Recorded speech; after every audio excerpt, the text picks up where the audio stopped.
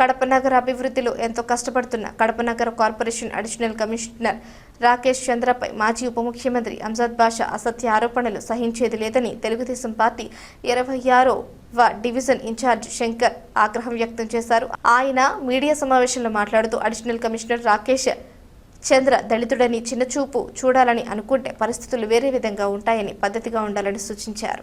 మొన్నటి రోజున వైఎస్ఆర్సీపీ నగర అధ్యక్షులు అంజద్ బాషా గారు మన కడప నగర కార్పొరేషన్ అడిషనల్ కమిషనర్ రాకేష్ చంద్ర గారు దళిత ఆఫీసర్ పైన ఆయన మాట్లాడిన మాటలు దళితులమైన మేము తీవ్రంగా ఖండిస్తున్నాము.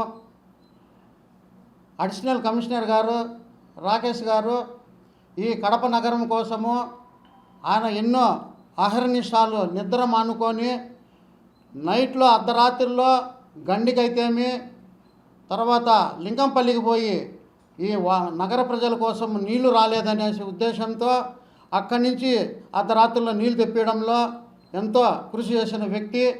అదేవిధంగా తెల్లవారుజామున 4 గంటలకు లేచి 50 డివిజన్లలో తిరుగుతూ గ్యాంగ్ వర్క్ పెట్టిస్తూ 100 మందితో గ్యాంగ్ వర్క్ పెట్టిస్తూ నగరాన్ని శుభ్రం పరుస్తూ అదే పనిగా ఆయన ఇంకొక గొప్ప విషయము అడిషనల్ కమిషనర్ గారు ఆయన ఒక కార్మికుడుగా పారిశుద్ధ కార్మికుడుగా కాలువలు తీసిండు, పొరగ పట్టుకొని ఊడిసినాడు, దోటి పట్టుకున్నాడు, పార పట్టుకొని కత్తి పట్టుకొని కంపలు కొట్టడం జరిగింది.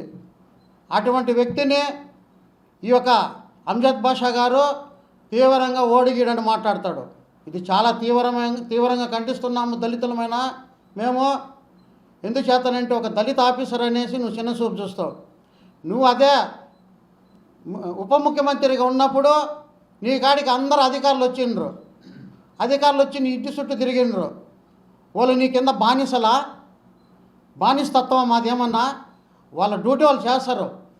ఒక ప్రభుత్వం ఉన్నప్పుడు వాళ్ళు పోయి అధికారులు పోయి అక్కడున్న ఎన్నుకబడిన అటువంటి వాళ్ళతో మంత్రులతో అయితేమి ఎమ్మెల్యేతో అయితే పోయి కలిసి ఈ ఒక నగర అభివృద్ధి కోసము ఈ శుభ్రంగా ఉండాలనేసి సంక్షేమ పథకాల గురించి పోయి మాట్లాడతారు. దాన్ని వేరే విధంగా తీసుకొని ఓడిగీడు మాట్లాడతావు అంజద్ బాషా గారు. ఇది నీకు తగును కాదు. నువ్వు ఖచ్చితంగా ఆయనకు క్షమాపణ చెప్పాలా అడిషనల్ కమిషనర్ గారికి. లేని పక్షాన ఆయన ఇంటికాడ ధర్నా చేస్తాం, నీ ఇల్లు ముట్టడిస్తాం. ఇంకొక విషయం చెప్తాండా, నువ్వు 10 సంవత్సరంలో కడపలో 5 ఏళ్ళు ఎమ్మెల్యేగా ఉన్నప్పుడు మీ యొక్క మేయర్ కానీ మీ యొక్క కార్పొరేటర్లు కానీ కడప నగరం అంతా ఏలిండ్రు. అప్పట్లో కానీ ఎక్కడన్నా నువ్వు పోయి ఒక 10 మందితో ఒక గ్యాంగ్ వర్క్ పెట్టిన పాపాన పోలా. నువ్వు ఒక మంత్రి ఎమ్మెల్యేగా ఉన్నప్పుడు, మళ్ళీ మంత్రిగా ఉన్నప్పుడు కానీ ఉప ముఖ్యమంత్రిగా ఉన్నప్పుడు కానీ ఎక్కడ ప్రజలకు సౌకర్యాలు కలిగించే చర్య తీసుకున్నాడు కాదు. పారిశుద్ధ కార్మికులను తీసుకుపోయి ఎక్కడైతే కాలువలు పూడిపోయినాయో, ఎక్కడైతే ఇబ్బందిగా ఉందో, రోడ్లు లేవో అన్నీ దానిపైన ఎప్పుడైనా శ్రద్ధ పెట్టావా? అది పట్ల ఏం పెట్టకుండా ఈరోజు మా గౌరవ వాసన్న గారు, తర్వాత రెడ్డప్ప గారు వాసన్న గారు, మా గౌరవ ఎమ్మెల్యే గారు మాధవరెడ్డి గారు ఆదేశాల మేరకు కడప నగరము బాగుండాలా, అభివృద్ధి చెందాలా, ప్రతి ఒక్కరికి సౌకర్యం ఉండాలనే ఉద్దేశంతో క్లీన్ సిట్ కావాలా, ఈ యొక్క పారిశుద్ధ్యంలో ప్రతి ఒక్కరు బాగుండాలనే సంకల్పంతో మన అధికారులను తీసుకుపోయి పనులు చేయించుకుంటా అంటే నీకు అంత బాధ కలుగుతుంది. ఎందుచేతనంటే నీది కుట్రతనం. మీ వైఎస్ఆర్సీపీ అంతా దళితులను తిట్టడంలో, అధికారులను తిట్టడంలో మీకు వెన్నత పెట్టిన విద్య, అధికారులను దూషించడంలో వెన్నత పెట్టిన. అదే వేరే ఇంకొక కులస్తుడంటే మీరు ఈ మాదిగా ఓడిగీడు అని తిట్టలేరు. ఎందుకంటే ఒక దళితుడు కాబట్టి ఆయన ఎక్కడున్నా కానీ నువ్వు వదలనన్నావు. ఏం చేస్తావు? నువ్వు ఏం చేసుకోలేవు. నీ ప్రభుత్వం కానీ రాదు, మళ్ళా నెక్స్ట్ కానీ నీ జగన్ కానీ రాలేడు. ఇది చెప్తాను చూడండి అంజద్ బాషా గారు. ఇదే మాసాపేటలో ఒక దళితుల ఇల్లులు దాదాపు 100 ఇల్లులు గుడి దగ్గర గుడిని బడిని అన్నింటిని కొట్టినప్పుడు నువ్వు ఒక దళితునన్నా పరామర్శించినవా? ఒకరికన్నా వాళ్ళకి సహాయం చేసినవా? ఏమి చేయాల? ఒక నోటీసు కానీ ఆ ప్రజలకు నోటీసు కానీ ఇలా నష్టపరిహారం ఇలా ఘోరాతి ఘోరంగా రోడ్ల మీద పన్నుకొని ఇల్లులు గన్నులు పెట్టి పోలీసులతో పెట్టించేసి జేసీబీలు అన్నీ తెప్పించేసి పగలగొట్టడము దారుణమైన పని చేసిండ్రు. అప్పుడు నీకు కనపల్లా. నీకు కానీ నగర మేయర్గా ఉన్న సురేష్ బాబు గారు కానీ నగర జిల్లా అధ్యక్షుడిగా ఉన్నప్పుడు రవిరెడ్డి గారు, సాక్షాత్ మాజీ ముఖ్యమంత్రి వాళ్ళ మేనమామైన రవిరెడ్డి గారు కానీ కళ్ళు కనపడలేదా మీకు? దళితులు కనపడలేదా? ఆ పొద్దు దళితుల మీద ప్రేమ లేదా?